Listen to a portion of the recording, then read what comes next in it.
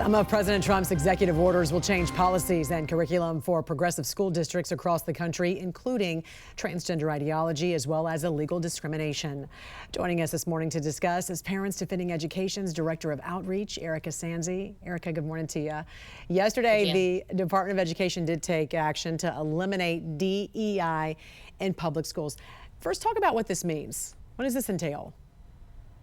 I mean, the Trump administration has basically taken a sledgehammer to everything related to diversity, equity, and inclusion. And I was thinking back of all the times you and I have spoken over the past couple of years, and pretty much every single troubling, alarming, disturbing incident that we discussed would now find itself ensnared in what this administration has done. Because any sort of discrimination based on race, right? Whether you're including or excluding students, whether you're including or excluding staff, whether you're getting money from grants to pursue initiatives. And also, so much of what school districts were doing over the years was coming down from the Department of Education, because they were just, equity, equity, equity, equity. And that is gonna end. I mean, these timelines are a little bit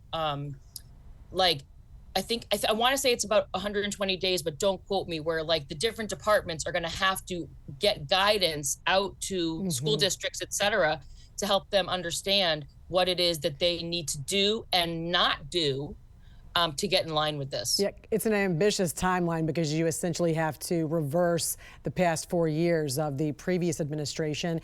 As you mentioned, it falls in line with the executive order to end illegal discrimination and restore merit-based opportunities. How does this also fall in line with some of the studies that your organization has done as far as what parents want in public education for their children? Again, I was thinking, we just discussed that poll, right? And one of the things that we saw was parents really shifted in this election in significant numbers to Trump for the first time.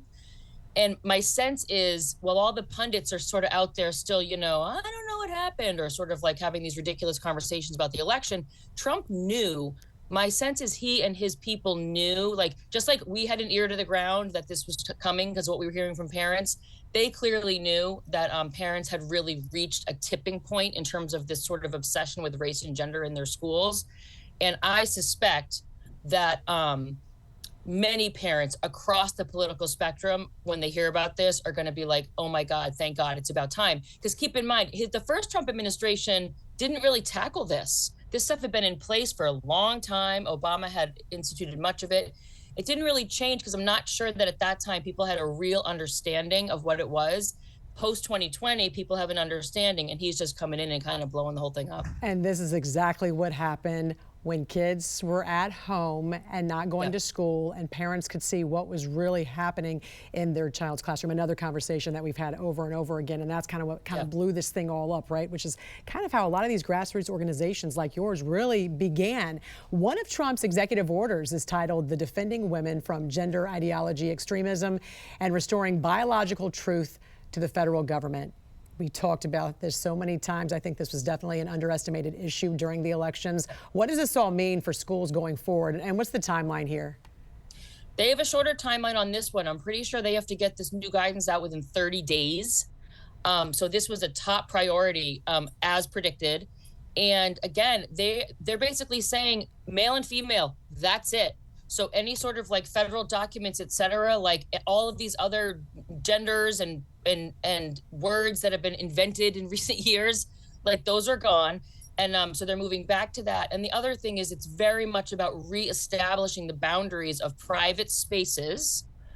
They have women in the name, but the reality is, I would argue boys need protection from this ideology as well. And the private spaces will be for girls and women, but also for the boys. And it also is going to mean, again, the sports will be, right on the table in terms of get the boys out of the sports, get the boys out of the, and men out of the restrooms and the locker rooms, et cetera. And again, reestablish this idea that that you're male or you're female, and that's the messaging that's going to be coming out of schools, which is a big change because now we see, some schools teaching children that there's 50, 60, 80 different genders.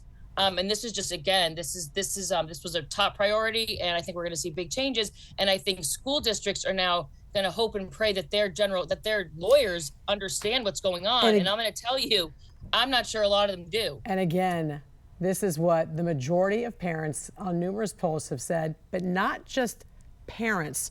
A driving force behind this was young women, Gen Z and millennial women.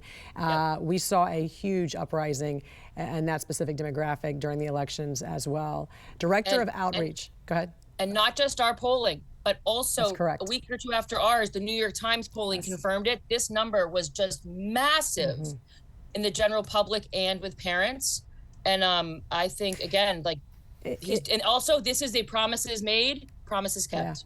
Yeah, and it certainly transcends the political spectrum here. Parents Defending Education, Erica Sanzi. We appreciate you joining us. Have a great weekend. Thanks, Jan. You too. You too.